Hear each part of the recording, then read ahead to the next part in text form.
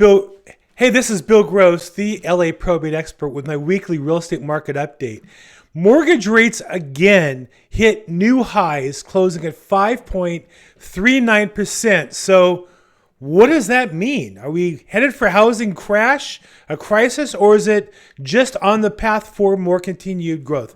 Well, let's dig into the numbers. If you've been following me at all, you know that one of my consistent themes is that the real estate industry, the news industry of real estate, is as bad or worse than the political news. Whether you're Democrat or Republican, both sides think the news is terrible. And I'm here to tell you, as a professional in real estate, that the real estate industry does a worse job of informing professionals and customers about the actual market.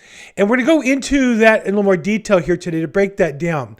One of them is the mortgage rate. So it's an interesting factoid that almost every single week this year, rates will be there'd be news reported on Friday's articles, but Friday would have a new historic high, and it wouldn't be reported until the following week.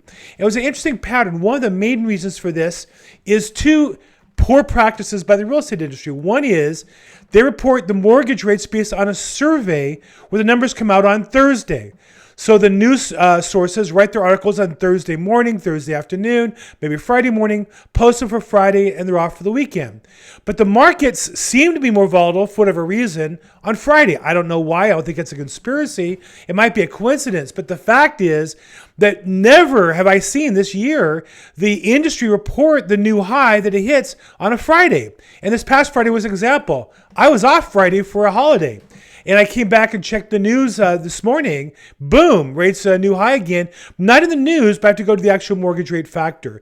That's one factor that underreports the impact of the rising rates. There's a second factor, which is the most commonly reported interest rates in the real estate news is not the real mortgage rate, meaning the rates by Fannie Mae and Freddie Mac dictate the market and are very ubiquitous.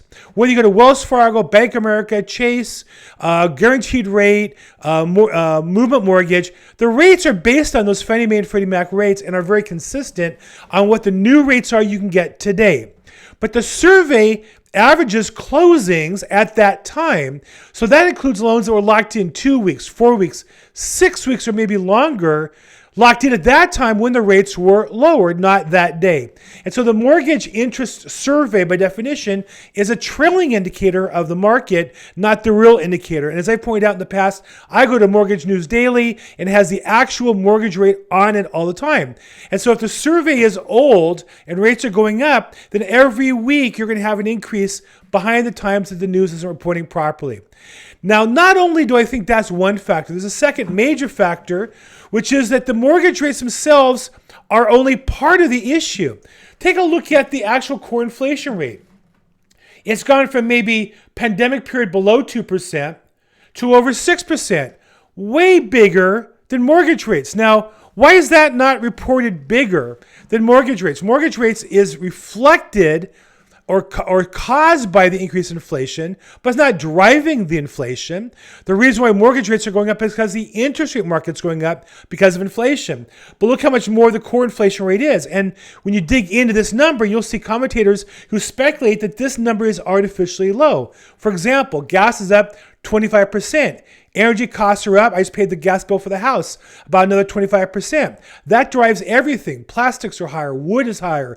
Labor has gone up. My neighbor hires frontline workers in restaurants. They used to get employees at the minimum wage. Their minimum wage pushed them up. Now he can't get those workers at even $20 an hour. Over a 25% increase in wage rate for entry-level workers. So it's inflation that's really driving everything. And if inflation drives up everything, it drives up the value of lumber and nails and plaster and employees who build houses, which means that housing prices are going to go up along with inflation. And so if inflation rates at 6 or 7%, why wouldn't mortgage rates go up with them as well? So again, I think the industry is not reporting the numbers properly and therefore giving you a kind of a late sense of where the market is, reporting kind of after the fact.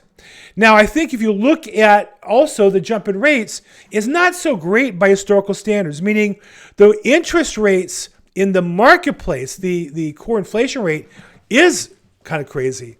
But the mortgage rates by historical standards are not. Take a look at, you can see the current jump in rates, while significant, is not higher than, say, the 1980s by a long shot. We're not even a quarter of the 1980s rise in rates. And we've had other similar sized rate jumps in the past. It's in the same motion, in the same area. Considering we're coming out of a pandemic, the fact the rates have changed that much isn't all that dramatic. So it's being reported as a historically dramatic number by percentage, it might be. But when compared to other times in history, the mortgage rates themselves are not the story. And again, I think the real story behind all this more is the core inflation rate. Now, what effect is the mortgage rates having on the sales market? Well, surprisingly little. Let's take a look at two interesting graphs I saw. One shows the home sales and rates and inventory on the same page. You'll notice that even though mortgage rates have shot up, sales during this period have slowed down, but not tumbled. Not tumbled like prior periods, like during the pandemic or other periods of time. You'll notice that generally when rates go up, home sales go down. Rates go up, home sales maybe a little flat. Rates go up, home sales go down. So it's had an effect, but you'll also notice the inventory is so low that even if we have lower sales, unlikely to see housing market crash because of the low inventory. Again, and I stress this every week, if you don't have excess homes for sellers to cut the prices, you can't possibly have a housing crash. And then the same study had another chart, sales median price and annual rate of change. And notice a couple things. First, yeah, the sales have been affected, but notice the median price continues to go up. Again, an indicator of inflation. If the wood and plaster and nails are more expensive, then if we sell less houses, they're still worth more because to replace them costs more money. And then look at the annual change in rates. Even though sales have come down significantly, homes are still going up at tremendous rates. Why? Well, homes are going up in 15% per year, probably because the underlying cost of the houses, to build houses, has gone up by 25%. So again, I think that if you really look at the economic numbers, there's a strong case that housing prices are still very reasonable given the overall economy, but there are some concerns about the overall economy. Now, you'll see certain articles that will try to create a panic. They'll take one little statistic and make it seem overblown. So, for example, I was laughing, I saw this one where it says buyers are unable to buy houses because prices have gone up so much. And they have these serious-looking charts. But when you break it down, how many people are really leaving the market, giving up until next year? About 20%.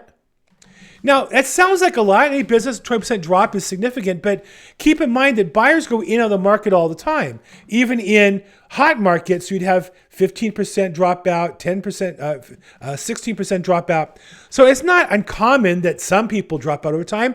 They drop out because they're just not really ready to buy a house. As an agent, I can just tell you, they haven't done the work. They're not really ready for whatever reason, so they overestimated what they could afford. But we have an average of 5 offers per home right now. So now instead of 5, we'll have 4. Well, not so quick because these are buyers who are dropping out. But of course, every year we have new buyers entering the market, new people who get raises, new families being formed, people relocating, people getting new jobs, getting promotions. So I don't really know how significant this is. It was a great headline and article designed to scare people, but I don't think it really had any big effect as far as the overall market. Another headline you see regularly now is investors are backing out of the market. Well, not really so true. Again, when you look at the data, you'll see that while the investor share investor numbers have gone down along with the overall sales, they're still at about 20% of the overall market.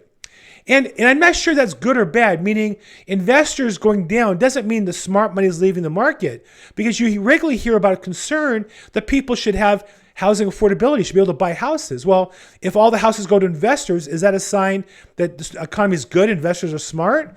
Or is that maybe a sign that home buyers are getting an advantage over investors and taking advantage of it? One advantage, home buyers can buy a home to live in with lower deposits, lower interest rates, and perhaps that's working to their advantage in the current market conditions. So again, I think this is a statistic that's often cited that's meant to scare people about the market, but in reality, may be a sign of good things, if anything. So what does all this mean? Well, I can only talk about today. If you're looking to sell a house, it's still a great time to sell. I had sellers last week where we're in escrow, and the buyer tried to squeeze them for $25,000 due to last-minute negotiation. And the good news is because we had a backup offer, I went to the backup, they're still ready to go. And I went back to the original buyer on behalf of my client and said, no, we're not going to, we were at $750, they wanted to reduce to $725. And I told them, no, we have a backup offer and you can take it or leave it. And the buyer, who was adamant they needed a reduction, agreed to close, saving my sellers $25,000. So if you want to sell a house, this is still a great time to sell, but you're going to have an agent who knows what they're doing to protect your equity. On the buy side, it's true. Prices have gone up. Rates have gone up. But it still could be a great hedge for your long-term wealth and could make sense for you in the long run. So if it makes sense to buy, then go ahead and buy. Look for good opportunities. And most importantly, make sure you can lock in the rate you shop for. You want to work with a great lender, know what you qualify for, and then as soon as you get into contract, be able to lock at that rate or better. And remember, as a buyer, interest rates are a one-way decision. You buy a house today and rates are a little higher than they were a couple years ago at 5.39. Still low by my career standards. But if rates go down, you can refinance again every 0.5% or so. And that's what many home buyers did over the last 10, 20 years. So your rate's locked in for 30 years. It won't go higher then. But as rates go down, you might have a chance to refinance and lower your payments along the way. So if I can help you, call, text, or email me. My contact information down below. And remember, as always, make today and this week your best day ever. Thanks so much.